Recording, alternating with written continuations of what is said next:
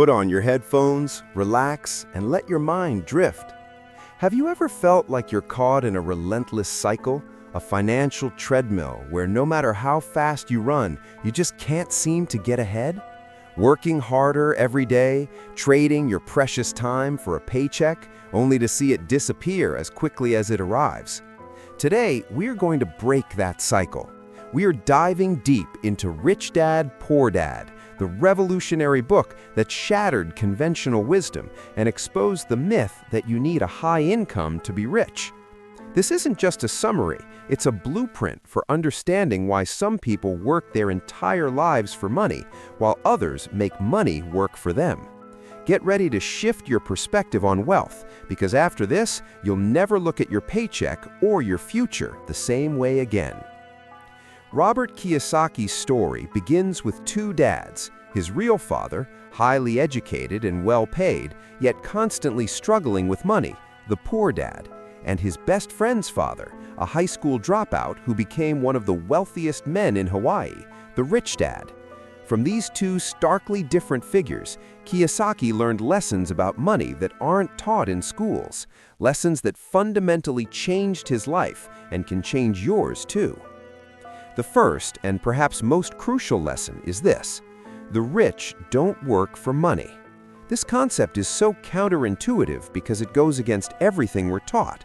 Our traditional education system prepares us to be good employees, to get a secure job, and to climb the corporate ladder. But the rich dad taught Kiyosaki that this path traps people in what he calls the rat race. It's a cycle of working, earning, paying taxes, and repeat, with every raise often leading to more spending, higher taxes, and greater debt. The rich understand that true wealth comes from assets that generate income, not from a salary. So what exactly is an asset, and what is a liability? This is the core distinction that separates the rich from the poor and middle class. It's surprisingly simple, yet profoundly overlooked. An asset is anything that puts money into your pocket. Think rental properties, stocks, bonds, businesses that run without your direct daily input, or even intellectual property like books or patents. A liability is anything that takes money out of your pocket. Your dream house, your fancy car, your credit card debt, student loans. Most of the things the middle class calls assets are actually liabilities because they drain cash flow. The poor and middle class buy liabilities they think are assets, while the rich acquire assets. This single shift in perspective is the foundation of financial freedom. The second critical lesson is the importance of financial literacy. It's not about how much money you make, it's about how much money you keep and how hard that money works for you. Kiyosaki argues that schools fail us by not teaching us about money. We learn algebra and history, but not how to balance a checkbook, understand a balance sheet, or analyze an investment. Financial literacy is knowing the difference between assets and liabilities and understanding how money moves. It's about learning the language of money so you can speak it fluently, not just passively spend it. This leads us to the concept of mind your own business. Kiyosaki doesn't mean starting a company necessarily, but rather building an asset column outside of your primary job. Even if you love your job, don't make it your only source of income. While you're working for someone else, you should also be building your own assets, stocks, real estate, a side business, something that can generate income independently. Your job pays your bills, your assets build your wealth. Another powerful lesson is the history of taxes and the power of corporations. Kiyosaki explains how historically, taxes were initially levied against the rich to help the poor and middle class. However, the rich, being financially intelligent, created corporations, not just for business, but as a legal structure to protect their assets and minimize taxes. A corporation earns money, spends money, and then pays taxes. An employee earns money, pays taxes, and then spends money. This is a game changer. It's not about evading taxes, but about understanding the rules of the game and playing within them to your advantage. The rich also invent money. This sounds abstract, but it means being creative to identify opportunities that others miss. It's about developing your financial intelligence to see problems as opportunities to create assets. It could be buying a piece of real estate that no one else sees value in, renovating it and selling it for a profit, or creating a product that solves a market need. It's about seeing beyond the obvious and leveraging your knowledge and network.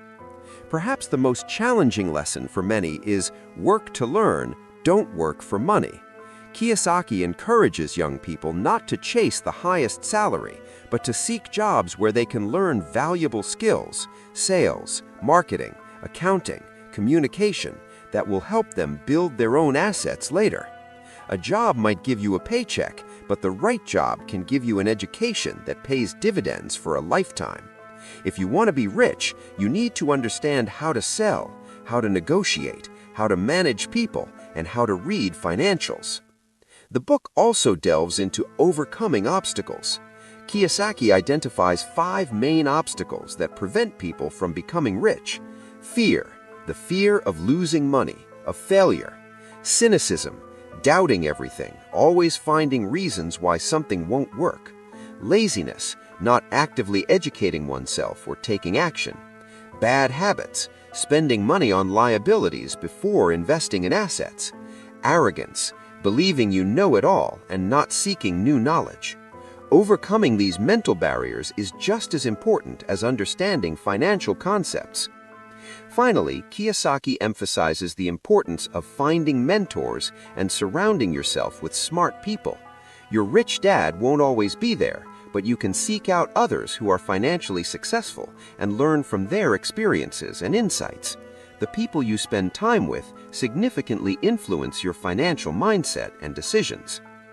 Rich Dad, Poor Dad is not just about making money, it's about financial education, understanding the rules of the game, and taking control of your financial destiny. It challenges the conventional path of security and encourages you to build your own future through asset acquisition, financial literacy, and a mindset shift from consumer to investor. It's about asking yourself, what assets am I building today that will pay me tomorrow, regardless of whether I show up for work? You've just completed the full summary of Rich Dad, Poor Dad. Now you have the insights to break free from the traditional rat race and start making money work for you.